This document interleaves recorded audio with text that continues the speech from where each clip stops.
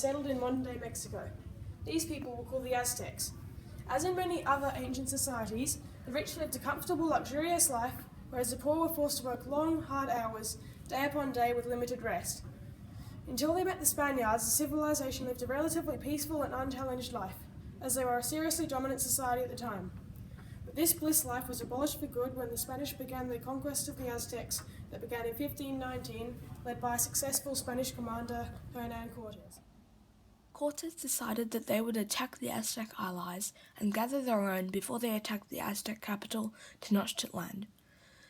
The Aztec allies consisted of Mexico Tenochtitlan, Texcoco, and Tlacopan.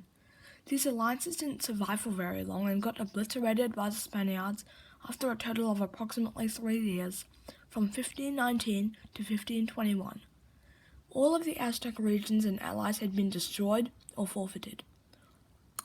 The Spaniards returned to Tenochtitlan with allies for themselves, such as the Tlaxcalan. But Hernan Cortes was clever by being patient, and picked the Aztecs off little by little, sending daily attacks every day while cutting off their food supply. One of the greatest advantages that the Spaniards had over the Aztecs was their superior armory and weaponry. The Spaniards were more capable and equipped with more durable and effective tools than the Aztecs. They used mainly steel for their weapons and armour, compared to the Aztecs who generally used wood. Their melee weapons consisted of swords, spears, and halberds. The halberd was a deadly weapon that could be used both as a sword and an axe. Measuring at about 6 feet in length, they were able to be used effectively in any situation on the battlefield. Halberdiers could hold off oncoming Aztec warriors at a greater distance, buying time for the army to reload and reposition themselves. The Spaniards also used ranged weapons such as cannons and firearms, which could be fired over 2,000 yards. Both of these were much more powerful than the considerably weaker projectile weapons the Aztecs used, such as bows and slings. But the Spaniards had one more weapon that the Aztecs hadn't ever seen or known about before: horses. These were so unexpected for the Aztecs that Montezuma originally thought they were gods. The horses wreaked havoc among the unsuspecting Aztec army, and many Aztec soldiers died because of this belief. The Aztec religion was a Mesoamerican religion, and the Mesoamerican religion always had some part of human sacrifice.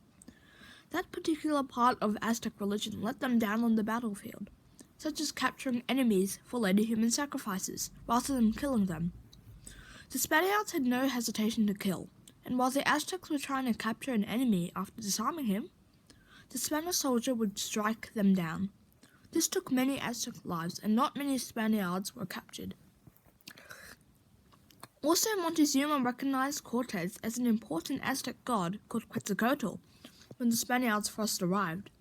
This misunderstanding greatly worked to the Spaniards' advantage, as the Aztecs let Cortes and his men enter the walls of Tenochtitlan itself.